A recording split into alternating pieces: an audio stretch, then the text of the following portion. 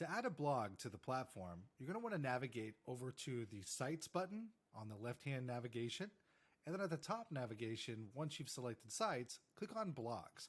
That's going to take you over to the page that you can set up your blogs and also create blog posts. The first time you set one up, it's going to display this information here. It says that you need to create a funnel or website page to host your blog and also start by writing a blog post. I actually recommend that you start with writing a couple blog posts so that it can populate the content on the site.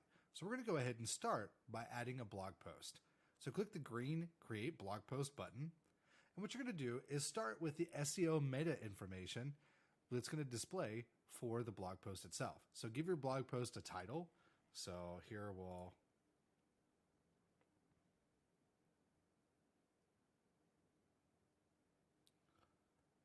once you click the box, it's going to open up a submenu that says Create New Blog Post. So you're going to give your blog post a title. So here we'll do Sample Blog Post as our example. You're going to want to give it a description. Now, descriptions are what's going to display when people share it on social media and things like that. It's also what's going to display if the article is indexed by Google. So you want to keep this short, but give viewers a glimpse of what the post is about. Give them something exciting that they can actually get a little feel for what your blog post is going to be about if they click it and go into the information. So here we'll add, here is a little description. All right. So once you've got your description done, you're going to want to upload a blog post image. This is also the image that will show up on social media. So I want to make sure that this image is going to be attention grabbing and so forth. You do have some limitations on size. So you want it to be 600 pixels by 400 pixels. And you have a supported image size up to 10 megabytes. So in order to upload an image, click Change. And then you can upload your file for the image. So here I've got an image that I've just downloaded that's the right file size. And I'm going to click Create Post. And once you do that, you should now have the sample blog post on here. Now up here in the menu, these are all your different options for editing the blog. You've got a undo button, a redo button. You've got some styling for your text, such as bold, italics, underlining, or strike through. You can select the font that you want to use for the blog, the size of the text, whether it's a paragraph or a heading.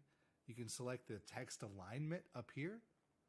Then you've got indentions, you've got bullets, the post, and also the numbered lists, and even a to-do list. You can set your text color up here.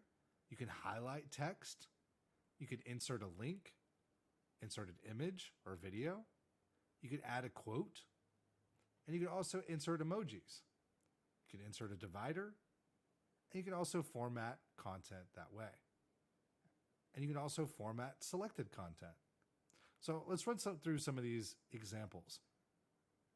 Let's say we want to bold this text.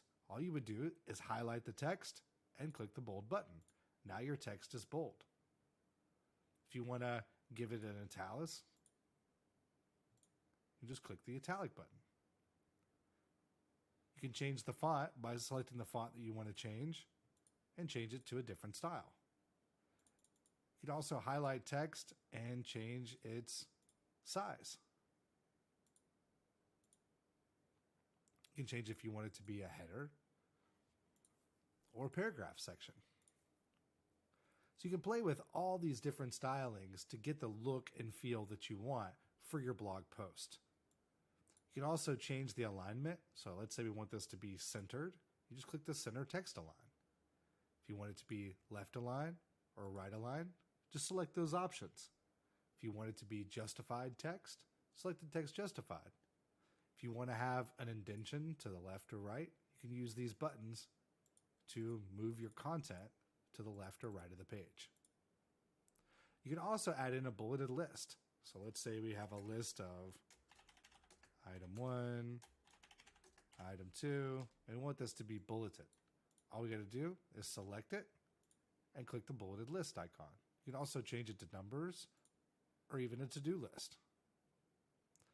If you want text to be a different color, let's say we want this to be red, we could select text and then set the color to a different color. Now it's red text. If you don't like the color options that are available from this palette, you can also select this and have a color picker to make it any color that you want. You can also highlight text that's important as well. You can add in a link. So let's say we want to add a link to google.com. We could type it and it can automatically read that it's a text, but if you want to insert a link, you can also type it here and you can make it to be in the current window or a new window. Once you're done, click add link. You can also insert an image. So let's say we want to have an image here.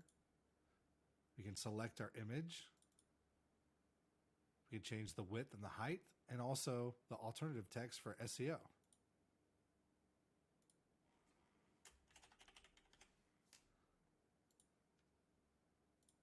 You can also highlight your picture and change where it's going to be on the page.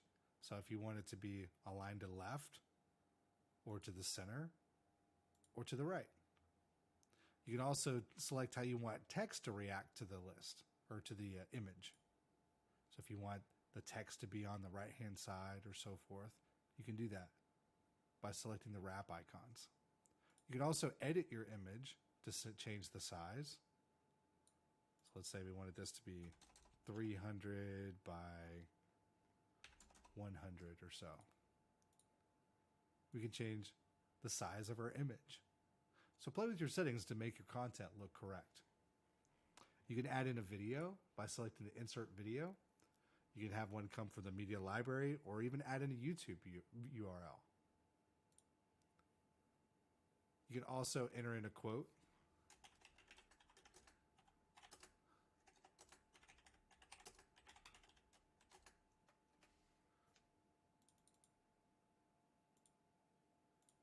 And now you've got a quote indentation. You can add in emojis. So if you want to have specific emojis on your page, you can add those in. If you want to add a divider to a section, just place your cursor where you want the divider and click Insert Divider.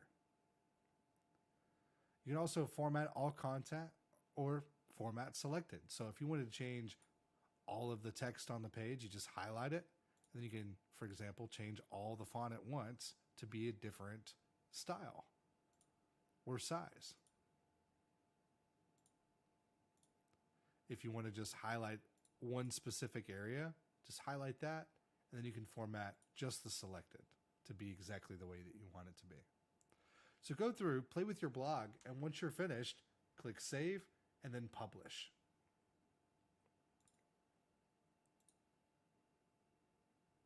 You'll get a little success message here, and you can also click to publish.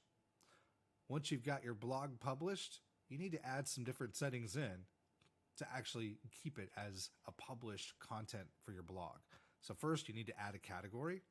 You can select from the drop-down menu here if you already have some categories, or you can add a new category by developing one for your site. So we'll just do one called coffee.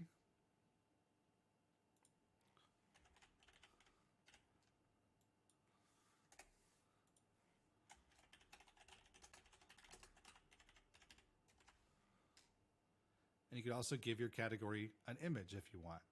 The recommended size is 512 by 512. Once you're finished, add the category.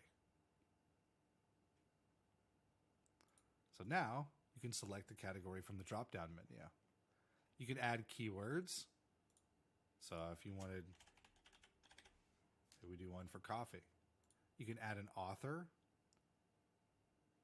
If you don't have an author, you can create a new author name. This is helpful for the bottom of the blog as well, because you can add in their Facebook links and so forth as well. Once you're finished, you have two options: to publish or to save as a draft. So if you want to continue working on your blog, you may want to save it as a draft or to hold out for when you publish it. In our case, we're going to select publish, and we're going to select the date that we want to publish the article. So you can do any time in the past for publishing your content or today's date. Once you're finished, click Save and now your blog is published. Now you'll notice that once you publish a blog, it will also change the blog menu. So if we go back to a different section and then click over to blogs, now our dashboard is slightly different than it was before. Inside this menu, you can see the total number of blog posts, the published blogs that you have, and see how many visitors a week you're getting. You can also see all of the blog posts down below. You can see the blog post title, when it was updated, the categories, whether it's published or in draft mode. And you can also do different actions like updating your post, duplicating your post, changing your SEO details, or even deleting your post. Now, the next time you want to create a blog, all you have to do is click on blogs and then add new post, and it'll take you through the same process.